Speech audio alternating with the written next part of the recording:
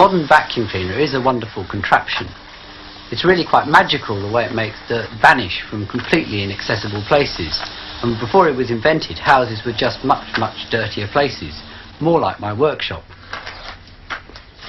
Though even my workshop isn't usually quite as dirty as this. It may be a myth that vacuum cleaners are labour-saving devices. It's said that people spend just as long cleaning their houses today as they did 100 years ago. But these machines certainly have made houses cleaner.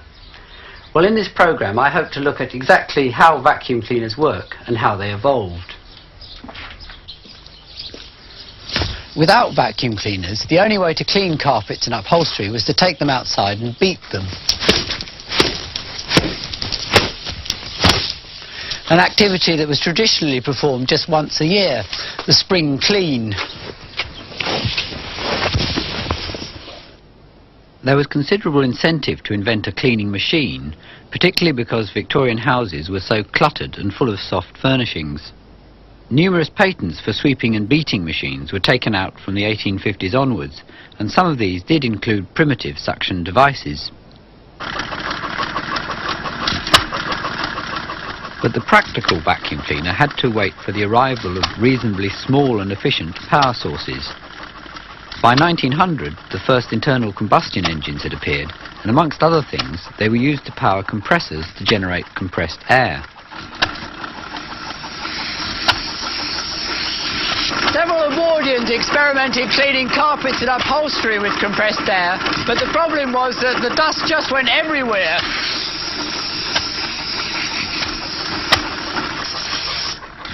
And then settled back down exactly where it had come from. A demonstration of this rather inadequate cleaning system on cleaning railway carriages in St Pancras Station in 1901 was witnessed by an engineer called Herbert Cecil Booth. Booth was a civil engineer who designed bridges and the enormous big wheels popular at the turn of the century. This one was put up in Blackpool in 1896. It seemed obvious to Booth that sucking the dirt into a container through a filter would be a more sensible idea. And his very first experiment, holding a hanky over a sofa and sucking hard through it, left the hanky filthy and proved the principle to himself. His first machine was simply a cloth bag to collect the dirt and a suction pump. It worked well, but it was very large, so it had to be parked outside customers' houses. It became known as the Noisy Serpent, and he was frequently sued for frightening passing horses.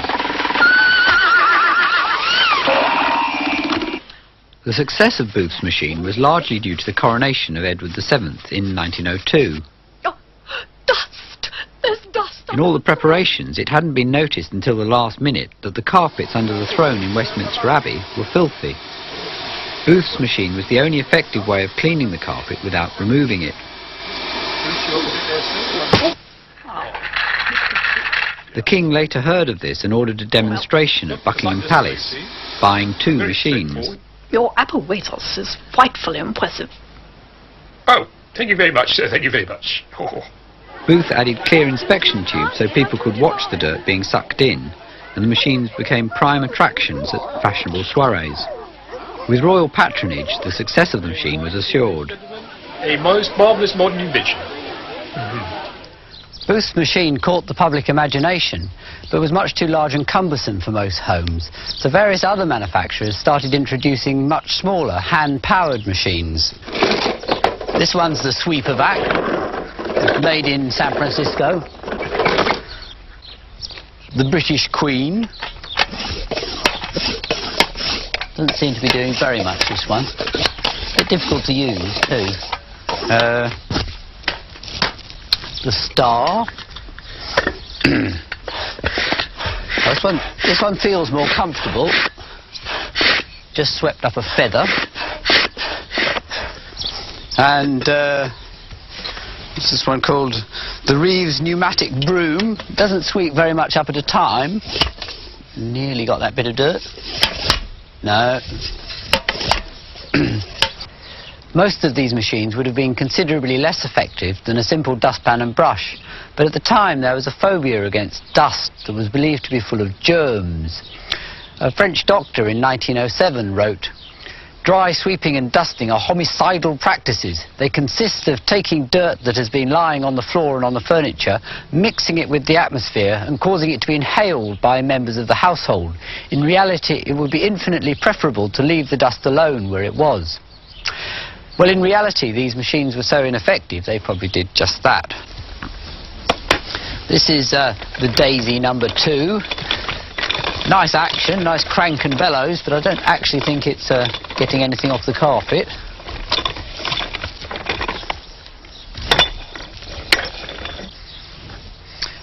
And this one is the baby Daisy. Oh, it's much bigger than the Daisy number 2. Slightly difficult coordinating both the actions at once. Doesn't seem to be doing too well either.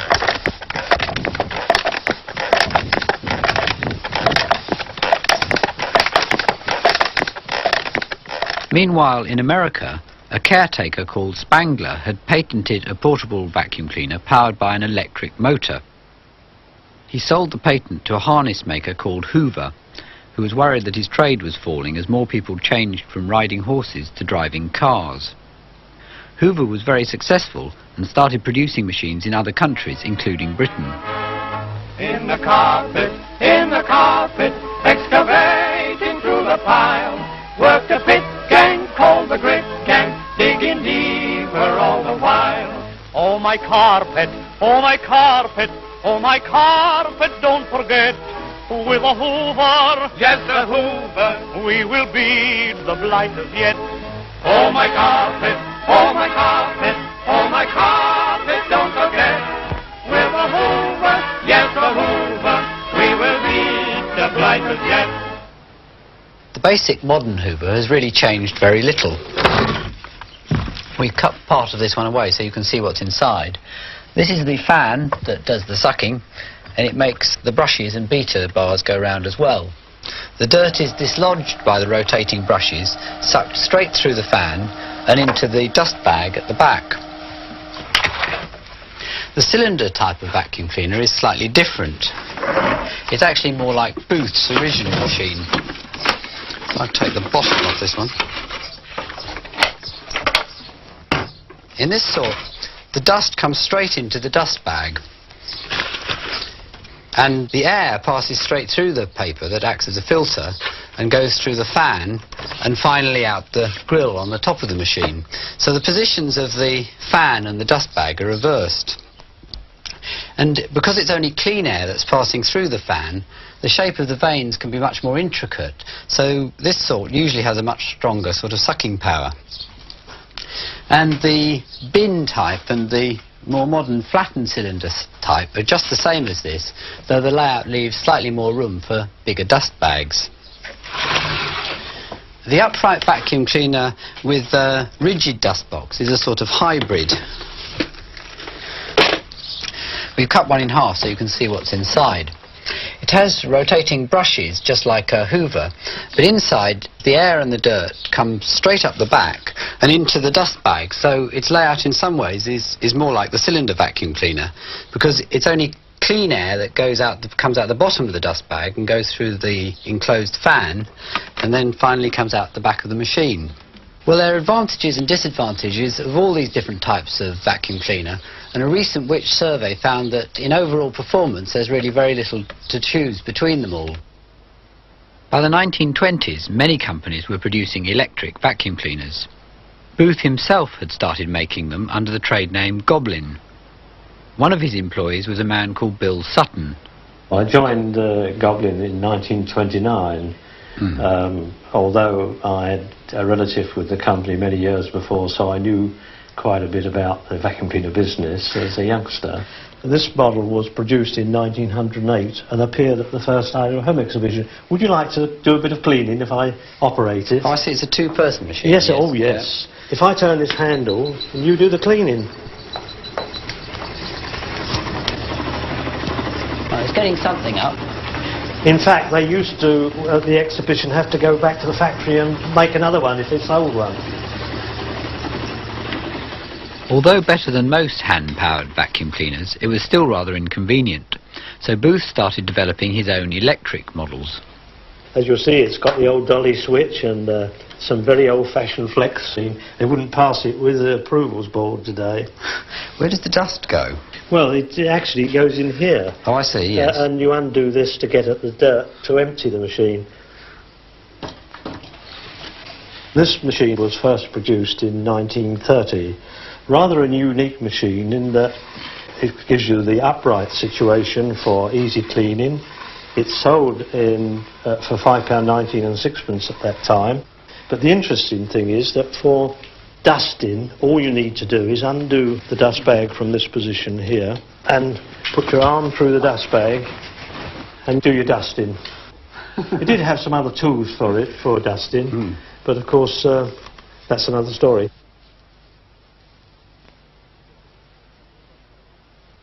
This particular model, a Goblin Ace, is 210 volts, whereas today the standard voltage is 240. In the 30s, Bristol, there were 2 voltages. In London, they went down as far as 100 volts in certain cases. And were there electricity shops where you could sell these things? Oh no, the electrical shops weren't in existence then. There were only a cycle shop who did the odd electrical product.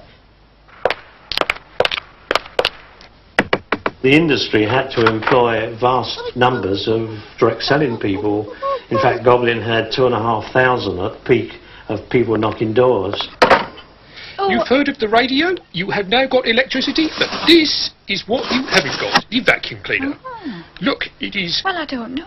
Yes, now, I'll just take this wire, plug it into your socket like that, and we will have a demonstration. If you would care to stand up a minute, madam. See, now, did you know that in that chair is hidden dirt? Every part of your house has got hidden dirt. Look, it's all in there now, madam. Look, this is what you were sitting on. Dust! Oh! The sales mostly had to be made of an evening because the only person who was entitled to sign a hire purchase agreement was the husband. And in most cases, sales had to be made on a Friday or Saturday evening when the pay packet came in. Otherwise, you didn't get the deposit. Dust! Oh! The sales mostly had to be made of an evening because the only person who was entitled to sign a hire purchase agreement was the husband. And in most cases, sales had to be made on a Friday or Saturday evening when the pay packet came in. Otherwise, you didn't get the deposit. I'm now going to look at the various parts of the vacuum cleaner in greater detail. First, the motor. Electric motors are rather baffling devices, but they all depend basically on the ability of electricity to magnetize things. If I wrap a bit of wire round a nail, oops, oh dear, I've got it tangled up.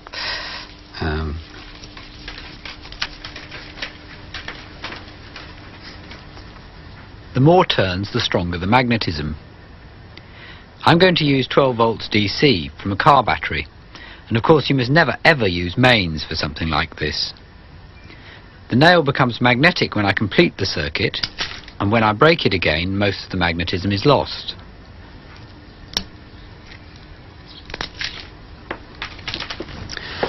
And if I wrap the wire around a little copper tube and hold it above the nail, then the magnetic attraction will pull the nail off the table.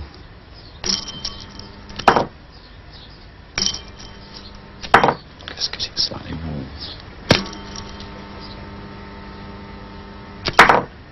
This is an industrial electromagnet. The coil of wires in here, and this is the lump of metal it pulls in. This one's actually out of a fruit machine. It's the device that pushes the coins out when you win.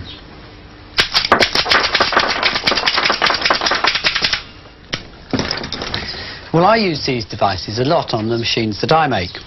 I made this for a local solicitor. It's a portrait of the founder of the firm, his great-uncle. And he wanted to be able to control it so that it would react to his clients' sometimes dubious confidences.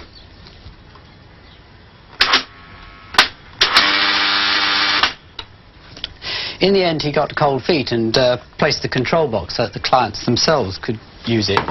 Well, if you look at the back,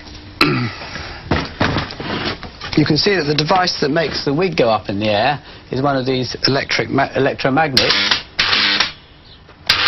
And by themselves, these electromagnets can only produce this rather jerky, linear action, but it's actually not too difficult to use the electromagnetic attraction to make something rotate.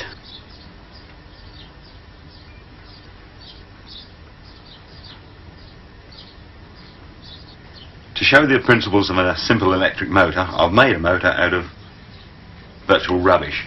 Nails, hacksaw blade, an old needle, a cork, and a dog food can. The commutator is the part in the vacuum cleaner motor I've made from a cork with wires running up there. It acts as a sort of rotating switch. Each wire is attached to a coil. When the wires are in contact with the brass strips, current passes through. So at any time, only one pair of coils are energized. These pair of coils here are magnetized by the electric current, and they're attracted to this pair of coils. Now, when it pulls to there, these coils switch off, and it brings on the next pair of coils, which are attracted to there. Of course, they switch off, bringing in the next pair, causing a rotating motion. I'll switch on.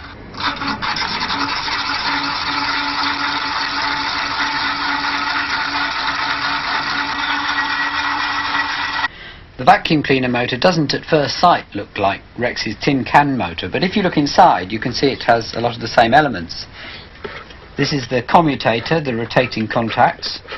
These are the coils of wire rotating around the shaft, and these are the coils of wire around the outside, making them both magnetic. Well, in fact, there are many different types of electric motor, but they all depend on the basic ability of electricity to produce magnetism. It's really quite difficult to imagine how inconvenient the world must have been without any electric motors. Most of the machines in the home depend on them. Vacuum cleaners, power tools, washing machines, fridges, tape recorders, and countless other gadgets. Steam engines, their predecessors, were hot and heavy and needed several hours stoking to get up pressure before they would work. Factories used to have a single steam engine connected to every machine in the place by a very elaborate set of belts and clutches. This was not very convenient or safe in a factory, and totally impractical in the home. The bit that actually does the sucking is the enclosed fan next to the motor. I can show you where the air goes if I hold some smoke over it.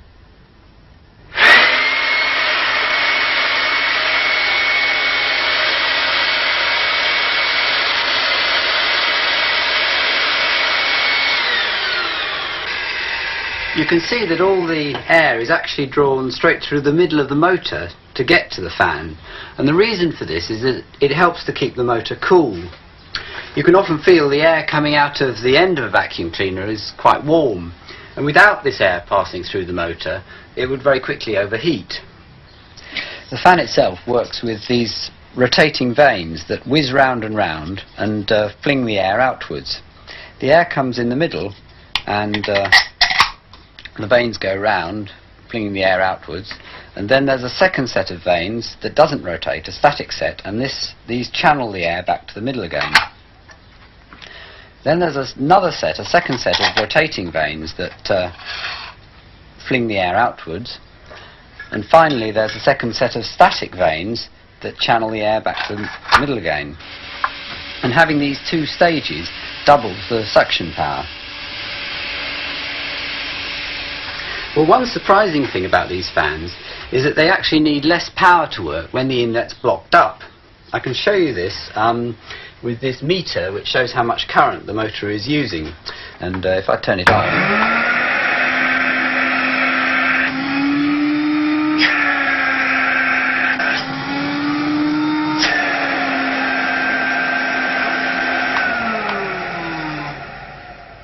you can actually hear the pitch of the motor rising when I block the inlet up, and that's because it's actually running faster.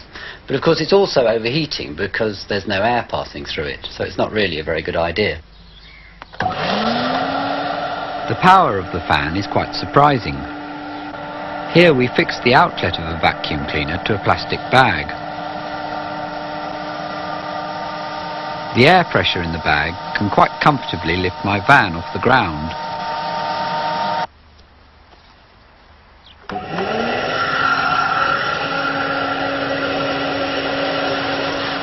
The vacuum cleaner actually has the power to inflate things on a much larger scale.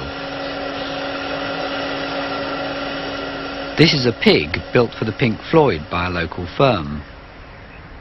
Once it's inflated, a miniature car vacuum cleaner is enough to compensate for the air lost through any holes and keep it full of air. And a full-size vacuum cleaner can keep enormous things inflated.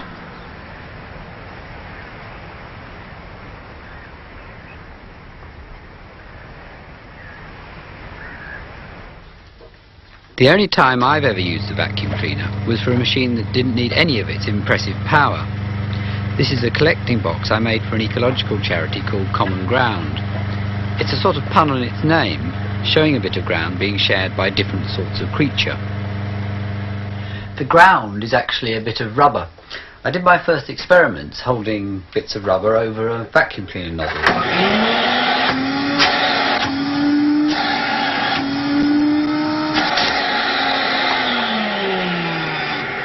Underneath, each footprint is connected to the suction pump at the bottom here by one of these hoses via a valve, each one by a separate valve, actually out of the washing machines, and this timer down the bottom here turns the valves on in sequence.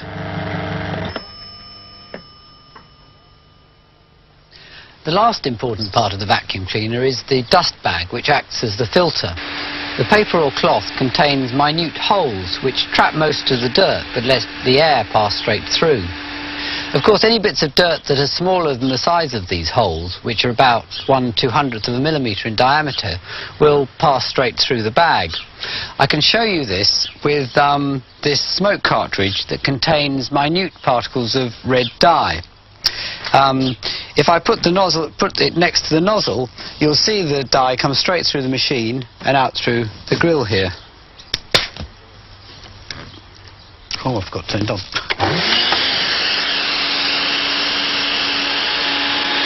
Normally about 15% of household dust is below this critical size and passes straight through the machine.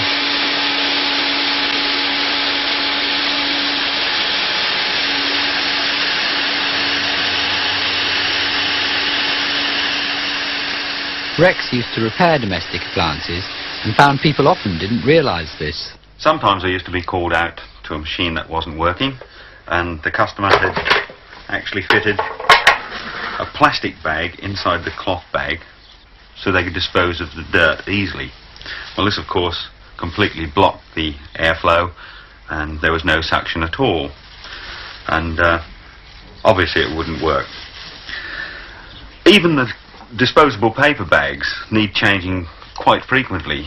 Some customers used to use one paper bag and empty it continuously, and they do lose their efficiency and the little pores in the paper get blocked with dust and they just don't work. Occasionally one or two clients had actually had a machine for 10 years or so and they'd still got the original packet of paper bags and they'd only ever used one. The vacuum cleaner is really quite a simple machine. Just a motor, a fan and a dust bag. But it does have a particularly hard life, being pushed and tugged about all the time. Although they used to be sold with lifetime guarantees, today they rarely last more than a few years. The modern vacuum cleaner may not be perfect, but it is extraordinarily good value for money. In 1950, a vacuum cleaner cost about the same amount as the average weekly wage. Today, it costs a lot less than half that. An enormous amount of energy and cunning has gone into reducing the manufacturing costs, and perhaps for their price today we can't really expect them to last for very long. Although vacuum cleaners are now rather flimsy and unsatisfying machines, and their short lifespan is ecologically very unsound, they do retain more character than most other household machines, and I can't help rather liking them.